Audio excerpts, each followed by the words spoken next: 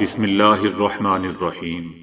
السلام علیکم دوستو، آگے بڑھنے سے پہلے اگر ہو سکے تو لائک اور سبسکرائب کا بٹن ضرور دبا لیں، شکریہ۔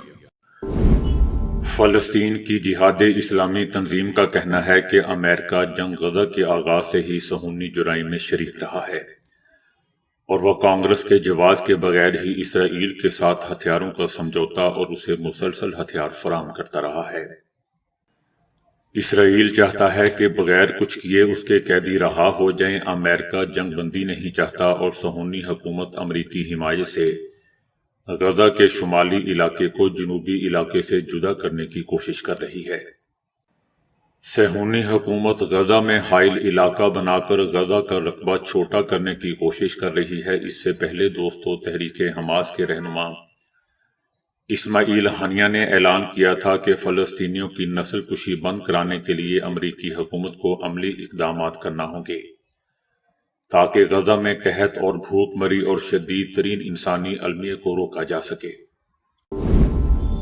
ایران نے اسلامی مزاحمتی تنظیموں کے نام اپنے پیغام میں کہا ہے کہ صہیونی دشمن اب تک اپنا کوئی بھی ہدف حاصل نہیں کر سکا ہے۔ تحریک حماس نے صہیونی جرائم روکنے میں عالمی اداروں کی ناکامی پر تنقید کی ہے۔ حماس نے غزہ میں امداد کے منتظر فلسطینیوں پر فائرنگ پر رد عمل میں کہا ہے کہ غاصب صہیونی حکومت کے خلاف اقدام کرنے میں عالمی برادری کی ناکامی مزید جرائم کے لیے ایک ہری جھنڈی ہے۔ بھارت بھر سے ہزاروں کسان پولیس کی رکاوٹوں اور سخت سیکیورٹی کا سامنا کرتے ہوئے بسوں اور ٹرینوں میں سوار ہو کر فصلوں کی زیادہ قیمت کا مطالبہ کرتے ہوئے ریلی میں شرکت کرنے کے لیے بھارتی دارالحکومت دہلی پہنچ گئے۔ کسانوں کا کہنا ہے کہ ہم اپنے اہداف تک پہنچنے میں زیادہ دور نہیں ہیں، ہم جب چاہیں دہلی کو گھیر سکتے ہیں۔ الیکشن آتے ہی بھارتی حکومت کو سی اے اے کی یاد آ گئی۔ پارلیمانی انتخابات سے پہلے سی اے اے کے نفاذ کی بات کرنا مذہب کی بنیاد پر عوام کو خیمہ بند کرنا ہے تاکہ اکثریتی ہندوؤں کے ووٹ حاصل کیے جا سکیں۔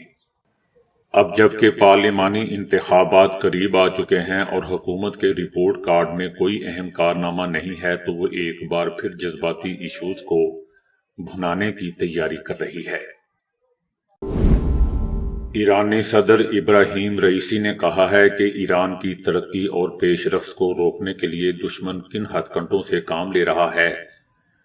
ان کا کہنا ہے کہ دشمن اسلامی جمہوریہ ایران کو پیچھے رکھنے کے لیے سائنس اور ٹیکنالوجی کا استعمال کر رہا ہے تاکہ ایران کی پیش رفت کو روکا جا سکے۔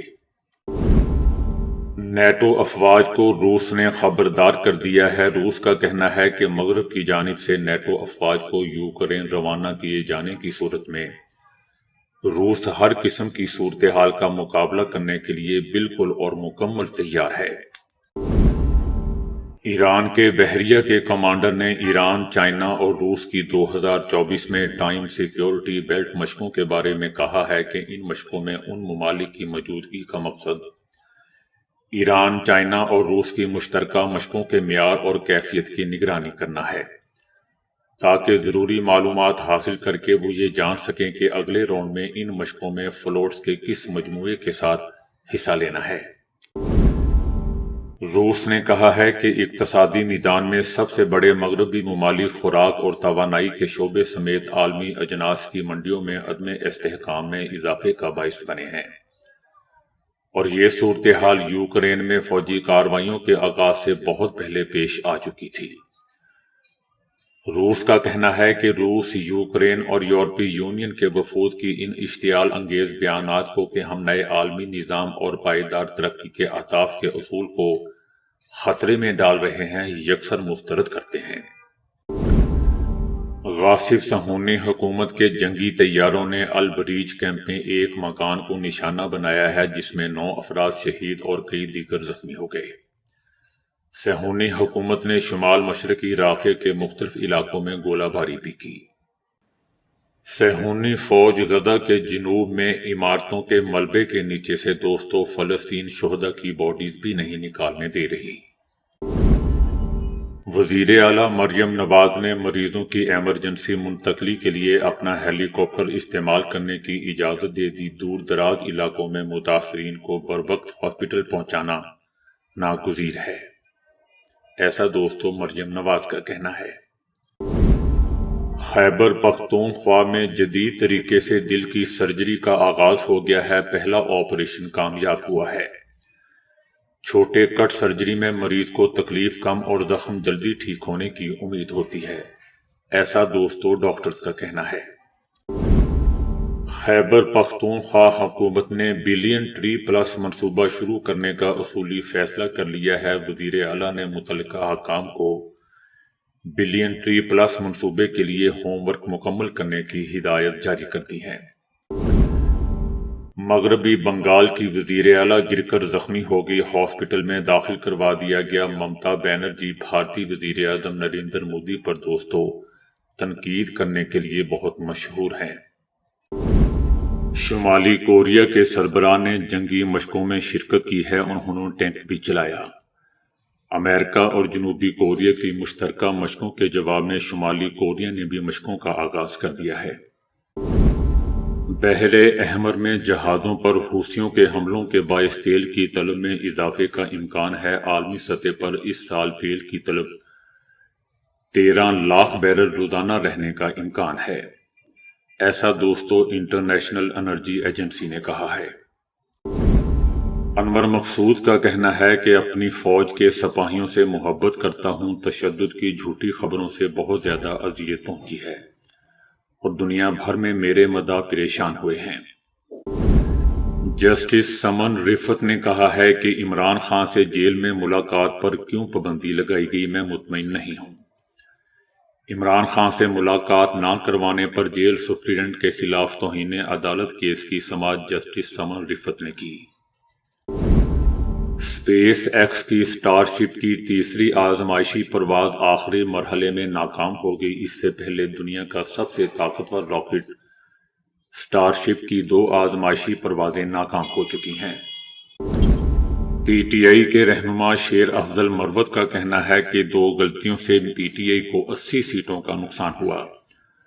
غلطیوں کا ارتکاب پارٹی کے ساتھ بہت بڑی زیادتی ہے، غلط فیصلوں کے مجرموں کا تعین ہونا چاہیے۔ بلی کی موت کے خلاف ترکیہ میں شدید احتجاج ہوا ہے، اردوان نے معاملے کا نوٹس لے لیا۔ مظاہروں کے بعد ترک صدر کو معاملے میں مداخلت کرنی پڑی اور عدالت کو مجرم کے خلاف دوبارہ مقدمہ چلا کر اسے سزا سنانی پڑی۔ 1 جنوری کو ابراہیم جس عمارت میں رہتا تھا اسی میں انہوں نے ایروس نامی بلی کو لاتوں سے مار دیا تھا اور ان کی اس حرکت کو سیکیورٹی کیمرے نے قید کر لیا تھا۔ یہ کوئی پالتو بلی تو نہ تھی، لیکن اس بلی کو ابراہیم کے پڑوسی روزانہ کی بنیاد پر کھانا کھلاتے تھے۔ اس جرم کی پاداش میں انہیں 18 ماہ قید کی سزا سنائی گئی تھی، لیکن پھر اچھے برتاؤ کی وجہ سے رہا کر دیا گیا تھا، جس نے جانوروں کی فلاح و بہبود کی تنظیموں اور ترکیہ میں عوام کے ایک حصے میں غم و غصے کو جنم دیا تھا۔ تقریباً 3,20,000 لوگوں نے ایک پٹیشن پر دستخط کیے جس میں بلی کی موت کے ذمہ دار شخص کو سخت سزا دینے کا مطالبہ کیا گیا۔ علیم خان نے کہا ہے کہ معیشت کو دیمک کی طرح چاٹنے والے 15 سے 20 اداروں کی فوری نجکاری ہونی چاہیے۔ ان کا کہنا تھا کہ خسارے میں چلنے والے اداروں کی نجکاری معاشی بقا کا سوال ہے۔ اسٹیل مل، پی آئی اے سمیت نقصان میں چلنے والے اداروں سے متعلق فوری فیصلہ کرنا ہوگا۔ وزیر اعلیٰ پنجاب مریم نواز کی گاڑی کے ٹائر بدلنے کے لیے محکمہ خزانہ سے کروڑوں روپے طلب کیے گئے ہیں۔ وزیر اعلیٰ پنجاب مریم کی سرکاری گاڑی کے ٹائر بدلنے کے لیے محکمہ خزانہ سے ایک بڑی رقم طلب کی گئی ہے، جس نے ہر خاص و عام کو حیران کر دیا ہے۔ تو دوستو ابھی کے لیے اتنا ہی۔ ویڈیو کو لائک اور شیئر کرنے کا بہت بہت شکریہ۔